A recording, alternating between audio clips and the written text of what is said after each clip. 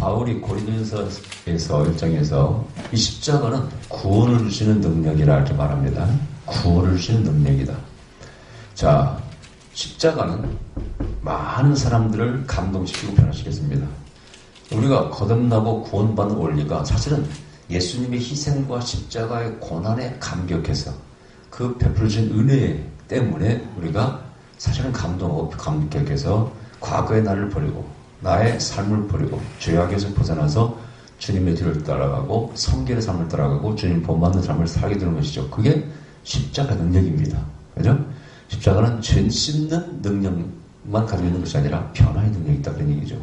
오늘 이거 마찬가지예요. 예수님 앞에, 예수님 십자가 앞에 갔던 사람들, 이 사람들이 나중에 다 변화가 됩니다.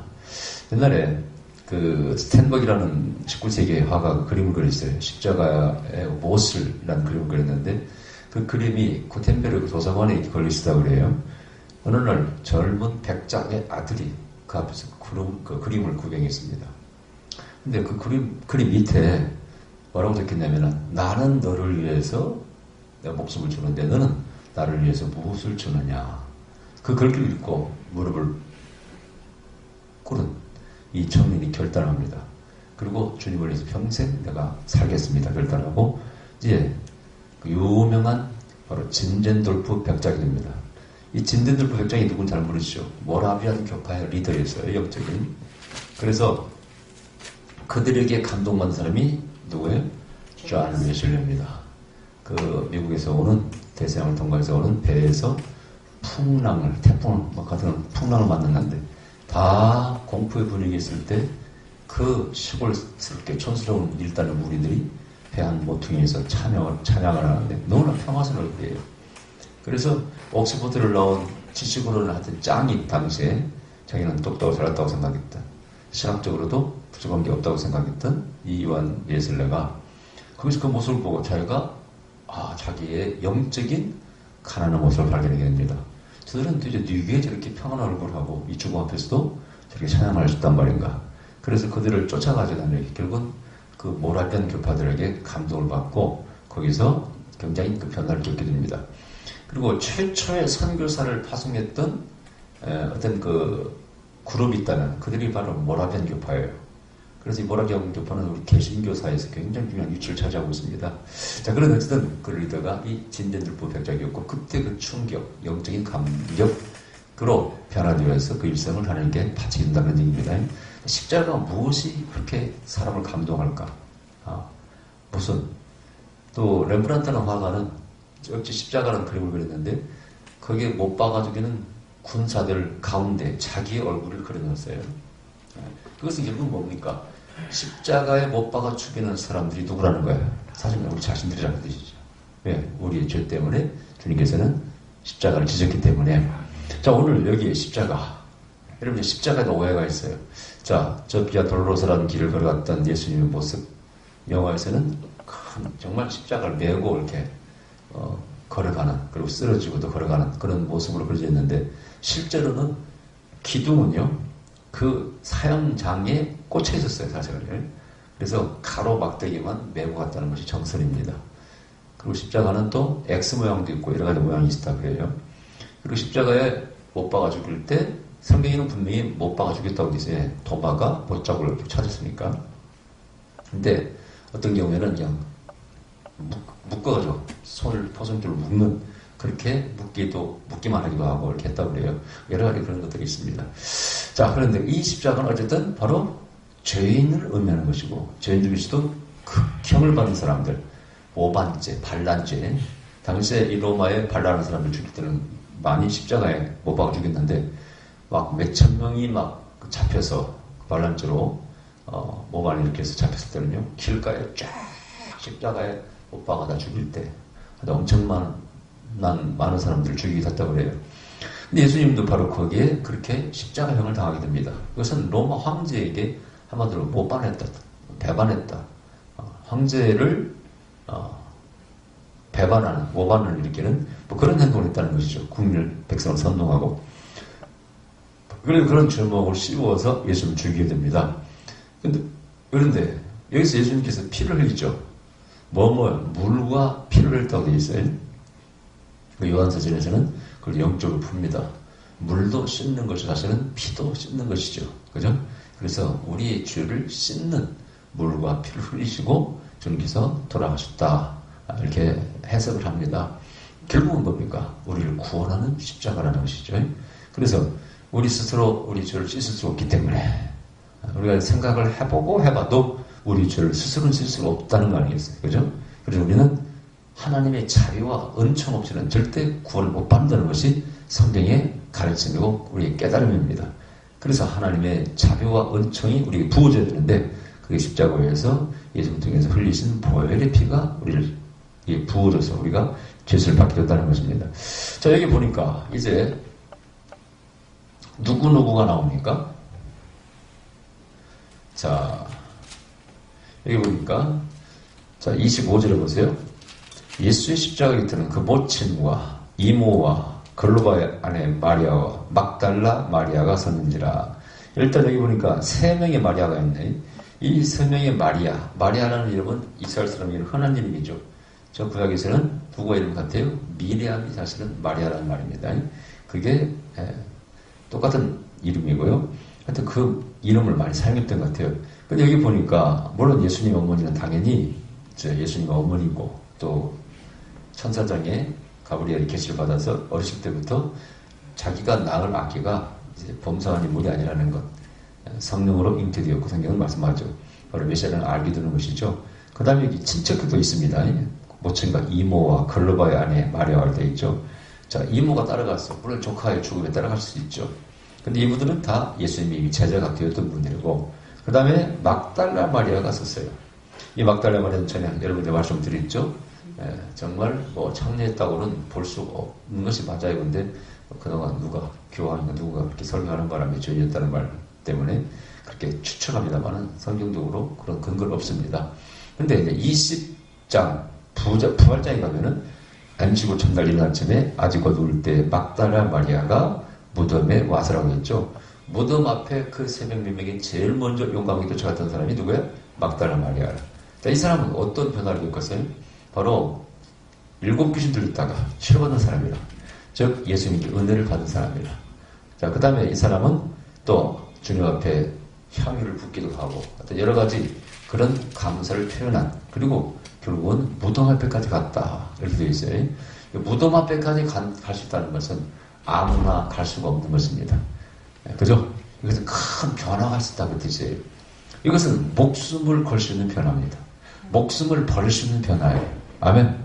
여러분, 성경에는 변화된 여인이 많아요. 수고서 문과 여인은 물 들어왔다가 물동이를 던져두고 동네에 가서 내가 메시아를 만났다 전파했다고 되어 있어요. 그때 그 여인도 이 막달라 마리아랑 비슷한 사람이에요. 그 사람도 바로 한 번은 죄인입니다. 결혼을 여러 번 했다가 이혼하고 실패한 그런 여인으로 기록되어 있죠. 근데 물동이라는 것은 성경에 의미가 있어요. 바로 우리의 본능이요. 어떤 삶이라고 말할 수 있어요. 삶의 목적이요, 열망, 욕구가 그 물동이가 들어있는 것이죠. 물 들어왔으니까 살기 위해서. 그러나 예수님을 만난 다음에 그걸 버려두고 동네로 예수님을 내가 메시아를 만났다고. 그것은 바로 이제 그 본능을 벗어던져, 욕구를 던져버리고, 그 다음에 복음을 위해서, 주님을 위해서 살기 때는 바로 변화를 납니다. 그렇죠? 그 변화도 완전한 변화죠. 터닝 포인트라고 보통 말합니다만, 일이 가려다가 인생을 여기서 막고 돌아서서 이쪽 길로 가는 것이 진짜 회개를 말하는 것입니다. 그러나 그것은 목숨을 거는 건 아니에요. 그러나 이 막달라 마리아는 지금 병사도 지키고 있단 말이죠. 그죠? 새벽 미명입니다. 무섭고 두렵고 혹시나 잡혀서 일당 같은 패밀리라고 죽을 수도 있어요. 그죠? 근데 거기에 향유를 가려고 합니다. 그것은 어떻게 보면 목숨을 거는 변화예요. 여러분, 주님께서는 완전한 변화를 원하십니다. 그것은 모든 세상적인 욕구를 버리라는 겁니다. 그렇다고 해서 불교처럼 머리 감고 절로 가라는 얘기는 아니에요. 이 세상에 살면서도 우리 기독교는 철저히 세상을 버리라고 요구하지 않습니다. 세상의 뿌리를 박아야 돼. 세상에 살아가야 돼. 그죠? 아멘자도 우리가 어깨를 같이 매야 돼. 멍에를 매야 됩니다. 그러나 그 가운데서도 우리는 소금과 빛의 사명을 감당하라 이렇게 요구하십니다. 이것은 구별된 삶이죠. 이게 쉬운 건 아니죠. 오히려 순교보다 더 어려운 거예요, 사실은요. 순교는 순간적이지만은 평생을 빛과 소금의 삶을 산다. 참 어려운 얘기예요. 아멘. 그래서 그런 완전한 변화를 요구하는 것이고, 또 하나는 정말 목숨까지 볼 수 있느냐. 아까 그 진제들 불처럼 너는 나를 위해서 뭘 줄 수 있느냐. 나는 너를 생명을 줬는데, 그랬을 때 나의 생명까지도 바칠 수 있습니다. 라는 고백은 하기가 어려워요. 정말 어려운 거죠. 그래서 막달라 마리아의 변화는 그런 변화라고 할 수 있습니다. 그 다음에 또 한 명 나오는데, 이제 여기 예수님께서 사랑하는 자입니다. 여기 보니까 예수께서 그 모친과 사랑하시는 제자가 곁에 있었는 것을 보시고 그 모친께 말씀하시되 여자의 보소서 아들이니이다. 여기 여자의 보소서라는 설명 제가 말씀드렸죠. 이게 어디 나와요? 저 앞에 요한복음 2장에도 나오죠. 가나온 유찬집에서 그때 예수님이 어머니를 가리켜 여자여를 말씀입니다. 그리고 이 여자여라는 해석은 보통 우리는 이것도 이렇게 경어다 이런 표현을 쓰고, 그래서 그 나쁜 편이 아니다 이 정도에서 이렇게 해석을 하는 사람이 있어요. 귀부인을 부른 단어다 이 정도에서 해석하는 사람들이 있는데, 그게 아니고 사실은 여기서는 메시아로서 하나님으로서 얘기하는 겁니다. 그 가나안 집에서 물이 포도주가 떨어졌을 때, 포도주를 만들 때 그때도 마찬가지예요. 내 때가 이르지 아니하나이다 저렇게 해서 말씀하셨는데, 결국은 물로 포도주를 만드셨단 말이죠. 그건 내 때가 이르지 않았다는 것은 이것이 바로 테스트너라고 그러죠. 항상 예수님은, 성경에는 테스트가 있어요. 그걸 뚫고 그래도 저분께서 시킨 대로 하라. 그러니까 하인들이 물 떠왔잖아요. 그죠? 자, 그때 그 여자의 보소서 나와 무슨 상관이 나니까 그것은 바로 메시아로서의 언어예요. 그때는 어머니로서 대하는 게, 육적인 어머니로서 대하는 게 아니라 메시아로서 답하는 것입니다. 그래서 테스트하는 것이고, 여기도 마찬가지예요. 여자의 보소서 하는 것은 아들로서 말하는 게 아닙니다. 여기는 바로 메시아로서 얘기하는 거예요. 사실은 예수님과 이 마리아와의 관계는 묘해. 육적으로는 예수님을 낳았으니까 어머니 아니에요. 그죠? 육체 어머니라 그런 얘기죠. 친어머니라. 근데 그 마리아는 예수님의 비밀을 알고 있어요. 어렸을 때부터. 성령을 잉태했어요. 자기를 통과해 왔을 뿐이지 자기 아들이 아니죠. 그분의 본질은 뭐예요? 하나님이시죠. 아멘? 그러니까 어렸을 때부터 다 지켜봤어요. 그리고 결국 십자가를 쳐. 물론 키운 정이 있고 그런 인간적인 정이 있기 때문에 슬퍼하고 고통스럽겠지만은, 그런데 여기 최후에 예수님께서 그 어머니를 여자여 그러니까 기분이 나빴을까요? 기분이 좋았을까요? 이미 한번 들었는데 뭘 기분이 나쁘고 좋은 것도 없고 이미 들었는데 여기는 의미를 부여하는 거예요. 그래서 여기는 메시아로서 어머니 이렇게 불렀다고 이렇게 말할 수 있고, 그 다음에 그러면서 일을 합니다. 당신의 아들입니다. 그리고 요한에게는 당신 어머니라고 하잖아요. 이걸 갖다 spiritual family라고 해서 영적인 가족이다. 네. 우리는 보통 다 어떻게 보면 이제 혈연관계, 피를 나눴냐 안 나눴냐. 피가 조금만 섞여도 이거 문제가 심각합니다. 저번에 보니까 이 정정 씨가 하도 그렇게 여인을 밝혔는가 봐요. 무슨 황제처럼 살아갔어. 부인이 한둘이 아니야. 근데 그렇게 보니까 희한한, 우리가 알지 못하는 게 있어요. 여러분 잘 모르겠지만은 50대 때 이미 20대 초반인 어떤 처녀에게 청혼해서 결혼을 했어. 또 한 번 결혼했어요. 인터넷 치면 나옵니다. 그래서 딸을 둘 낳았더라고요. 여러분 처음 듣는 얘기죠, 그래요? 저는 정윤 씨 자식이 몇인지 모르겠어요. 모르겠는데, 정윤 씨가 모르는 게 자기 재산이 얼마인지 모르고, 자식이 몇 명인지 모르는데, 근데 어쨌든 간에 이분들이 미국에 갔더만 돈을 막 타냈어. 정윤 씨 아들들하고 친정 확인성에서 거의 100억 재산을 타냈다 그래요. 근데 미국 가서 딸을 둘을 데리고 그 여자를 키웠고, 정윤 씨도 미국 가면은 그 집에 방문했다 그래요. 근데 이복이죠. 친아들하고는. 그 친아들 안에 있는 아들이라고 하는 사람들도 큰애하고도 다르고 둘째 다르잖아요. 다 섞였어. 이 섞였을 때 거기 갈등이 있지 않습니까? 에? 하여튼 피가 중요한데 피에 조금만 섞여도 갈등은. 피가 아무리 같아도 이방원인처럼 형을 죽이고 동생을 죽이고 이런 일이 막 생깁니다. 이것은 혈연도 이것도 나중에 욕심이 개입되면 깨지더라 그런 얘기. 여기 예수님께서는 혈연을 초월해서 아무 피가 안 섞였어. 그래도 초월해서 어머니를 보시고 아들로 여기라고 뜻이에요. 이것은 스피적 영적인 가족이라고 뜻이에요. 하나님께서 우리 원하시는 것은 영적인 가족입니다. 어떻게? 하나님을 아버지로 모시는, 할렐루야. 하나님을 아버지로 모시는 모든 사람들이 흑인이나 백인이나 황인이나 형제가 되라 그 뜻이에요. 여러분이 혈액형이 뭡니까? 자, O형 손 들어보세요. 나는 O형이다. B형, A형. 예. 근데 여러분, 예수님 믿으면 어떻게? 예수님의 보혈형으로 바뀌어야 돼. 아멘. 아멘. 그래서 우리가 다 영적으로는 하나님을 한 아버지로 모시는 가족이 되라 그 뜻입니다. 할렐루야. 그것을 요구하고 있어요. 이것이 오늘날 이제 사회 동포주의, 모든 사람들이 온 인류가 형제로 살아야 된다 그 뜻입니다. 성경이 그렇게 말씀하고 있어요. 그러니까 우리 기독교는 전쟁을 좋아하는 종교예요? 싫어하는 종교입니까? 전쟁을 해서는 안 되는 종교죠. 아멘. 회교도들 막 죽이면서까지 회교형 자기들의 교를 전해야 돼. 그러나 성경은 절대 그걸 요구하지 안 하고 있어요. 항상 내가 말씀드렸죠. 진리와 성령과 사랑으로 세계를 정복하는 것이 기독교입니다. 아멘. 난 여기 보니까 베드로가 칼을 쫙 뽑아가지고 그 말고의 귀를 종이를 잘랐잖아요. 에? 그것은 바로 남자다운 의리의 표현입니다. 그죠? 내가 결코 주님을 버리지 않고 배반하지 않겠습니다. 그러나 그 베드로도 나중에 3번 부인하고 배반했어요. 주님께서 말씀하십니다. 칼질을 꽂으라. 내가 맘만 먹으면 하늘에서 10등이 넘는 천사를 부르다가 저것들을 멸할 수 있지 않겠느냐? 그러나 칼을 쏠 때는 칼로 망한다. 예수님은 칼로서 세상을 정복하러 오신 분이 아니라 그런 얘기죠. 가끔 보면 요즘도 패권주의 살아갔던 사람이 많아. 미국도 보면은 예언자들이 하나님 종들이 패권주의 살아 잡혀 있어요. 미국이 세계를 지배한다고 생각해. 그래서 부시가 저 이라크 침략을 막 지지하는 거야. 그러나 이라크에 가서 아무것도 먹지도 못하고 계속 지금도 전쟁터고 또 복음을 전한 것도 아니에요. 우리가 기독교인들 그런 지지하면 안 됩니다. 절대로. 우리는 너무 그런 패권주의적인 전쟁을 지지해서는 안 돼. 우리가 침략을 당하면 그건 당연히 싸워야 되겠지. 그죠? 그러나 쓸데없이 가서 침략해가서 강자가 약자를 괴롭혀가는 그것을 여러분 기독교인이 지지하면 됩니까? 말이 안 되는 거예요. 정신 나간 사람들이라고. 뭔가 힘으로 세상을 막 지배하겠다. 특히 요즘도 마찬가지. 교회가 자꾸 정치 권력에 아부하고 말이야. 이 보수정권 다 찍은 게 지금 세운 게 누구예요? 우리 기독교 아닙니까? 기독교가 나라를 망친 게 기독교입니다. 여러분. 이명박 지지자를 박근혜 전부 기독교인들이에요. 여러분. 지금 태극기 는 사람이 거의 70~80% 기독교인들입니다. 그래 안 그래요?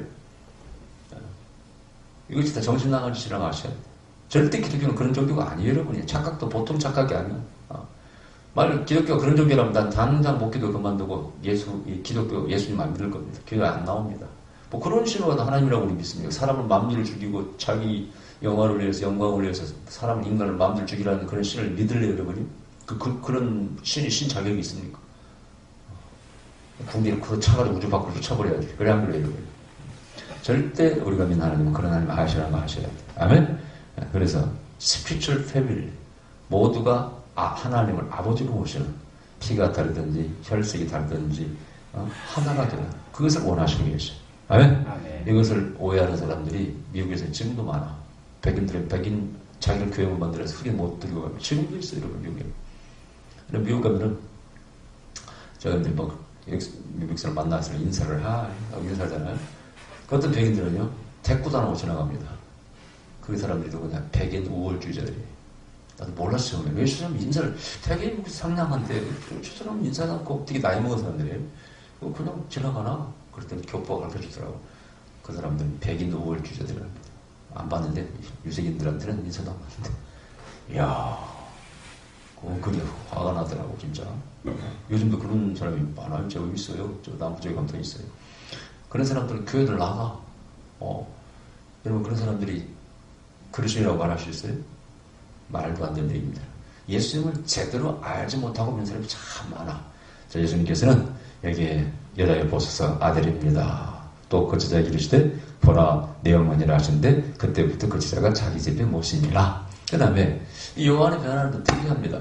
요한과 야고보가 같은 형제라고 생각되어 있는데 그 별명이 우르의 아들이라고 되어 있어요. 우리라는 것은 바로 천둥이에요. 번개 천둥의 아들이라. 그래서 요한이 성묘가 급한 거를 알고 있어요. 사람들이. 그래서 그런 별명을 얻었을 거라는 것이고 이제 이 부활장이 20장에 가면은 예수님 무덤 앞에 이 막달라 마리아가 무덤 열렸다. 그 다음에 예수님 시체가 안 보인다니까 베드로와 요한이 쫓아가는데 제일 먼저 무덤에 당도한 사람이 요한이라고 되어 있어요. 젊고 혈기방장하고 급하다 그런 얘기죠. 그런 요한이 이제 요한 복음, 요한 1, 2, 3, 요한 서신을 보면은요 뭘 강조해? 사랑을 무지하게 강조합니다. 그러면서 요한서전에서 내가 전에 이제 사랑의 구원론이라고 해서 신학적으로 사랑이 없으면 누가 안 계셔? 하나님이 안 계시고 하나님이 우리 안 계시면 구원을 못 받은 거죠. 그죠? 그래서 형제를 사랑하지 않는 자는 한마디로 구원을 못 받았다라고 이끌어내는 게 바로 요한이에요. 그걸 사랑의 구원론이라고 할 수 있는 것입니다. 그걸 주장하는 사람이 누구예요? 요한이에요. 어떻게 이렇게 우리의 아들이 사랑의 사도로 바뀌었을까? 바로 십자가 앞에 충격입니다. 요한은 예수님의 뒤를 절로 따라다녔죠. 수많은 기적을 보고 죽은 자도 살리고 병자를 고치는 거 봤지 않습니까? 근데 비참하게 십자가에서 엘리라마 사박들이 하고 돌아가시는 예수님 모습을 보면서 헷갈린 거예요. 아니 그렇게 능력이 많은 분이 그 다음에 피할 길도 있었는데 안 피하고 왜 자초에서 십자가의 죽음을 형벌을 당하면서 이렇게 죽어야 되나? 요한이 그걸 깊이 생각한 겁니다. 여러분 이 요한복음의 1장 앞에 보면은 세례요한이 예수님을 뭐라고요? 세상 죄를 제거하는 하나님 어린 양을 보라. 이게 요한복음에 기록되어 있잖아요. 이게. 사실은 그게 세례요한이 한 말은 맞는데 그걸 채택했다는 것은 요한이 채택한 거예요. 왜? 요한복음이니까. 요한이 기록자니까. 저자니까. 그래서 마태는 못 봤던 것을 요한은 보는 겁니다. 요한은 그걸 해석하는 거예요. 세상 죄를 제거하는 역할을 예수님이 하신 거구나. 그러니까 그 십자가를 피할 수 없고 예수님 십자가를 칠 수밖에 없구나. 그걸 십자가 앞에 가서 깨달은 거예요. 재미있는 것은 12제자 가운데 십자가 앞에까지 온 사람은 누구? 요한밖에 없어. 다른 사람은 다 도망가버려. 그 십자가를 본 사람은 어떻게? 거기에 변화가 있다 했습니다. 자, 교회에서 교만하고 죄종도 마찬가지고 뭐 사치하고 교만하고 문제가 많아. 왜 이런 변화가 안 될까? 다 십자가 앞에 서지 못했기 때문에 그래. 십자가의 도를 몰라서 그래. 십자가에 못 박히신 예수님을 몰라서 그렇습니다. 에? 왜 교회가 자꾸 죄종들이 사치하게 되고 그렇게 되냐 이거죠. 그것은 한번 도를 못 깨달아서 그런 거 아니에요? 여러분도 도 터지시기 바랍니다. 아멘. 도 터질지어다. 제발 좀 도 좀 터질지어다. 이런 도를 제대로 도가 안 터지면요, 결국은 세상 중심으로 살아갈 수밖에 없어요. 뭐 명예나 물질이나 그런 걸로 살아갈 수밖에 없어요, 여러분요. 우리 작은 교회들은 되게 뭐 그럴 여유가 없으니까 세상 무슨 돈을 살아가야 돈이 없으니까 못 살아가려 그러더니 큰 교회는 다 그런 문제들 많이 문제 생기잖아요. 그게 결국 십자가의 도를 깨닫지 못해서 그래요. 어느 서울교회 목사님은 한국에서 자기가 제일 리더십을 발휘할 수 있는 리더 목사가 되기를 원해. 그래도 가르치고 인간이니까 그럴 수도 있다고 생각이 드는데 나는 생각이 그래요. 아직 도를 터뜨리지 못했구나. 도가 안 터졌구나. 근데 어떤 분들은 대형교회 하면서도 겸손하게 살고 아주 정말 못있게 목회를 하고 잘하시잖아요. 그런 분들은 한마디로 도가 터진 분들이에요. 아멘. 도가 트이면은 그렇게 상당히 그런 것에 관심이 없어집니다, 여러분요. 더 좋은 것을 가졌기 때문에. 아멘. 하찮은 것은 버리게 되는 것이고 우리는 위의 것을 찾지 않습니까? 그게 또 가치 있기 때문에. 할렐루야. 물론 작은 교회 목사의 무슨 푸념인지 모르겠어요. 그러나 저는 아마 그럴 것 같아. 교회가 큰 목회를 한다 할지라도 절대 사치하고 그러고 싶지는 않아. 없으니까 어느 소리인지 모르겠습니다만 그런데 왜냐면 내가 청년 때 만난 예수님은 그런 분이 아니었거든요. 저는 청년 때 새벽기도 다니면서 아침 새벽기도 끝나고 조경을 있어요. 하면서 그때가 전두환 통치시대이기 때문에 군사정권 때 내가 진리를 살다 보면 이제 감옥도 가는 수도 있겠구나. 그러려면 체력 단련해서 몸을 튼튼히 만들겠구나 싶어가지고 엎드러면서 새벽기도 갔다 오면 뛰어다니는 그런 시절이 있었어요. 그리고 결국은 이제 6월 투쟁 때 이제 민주화 쟁취할 때 그때 데모에 참여하고 했잖아요.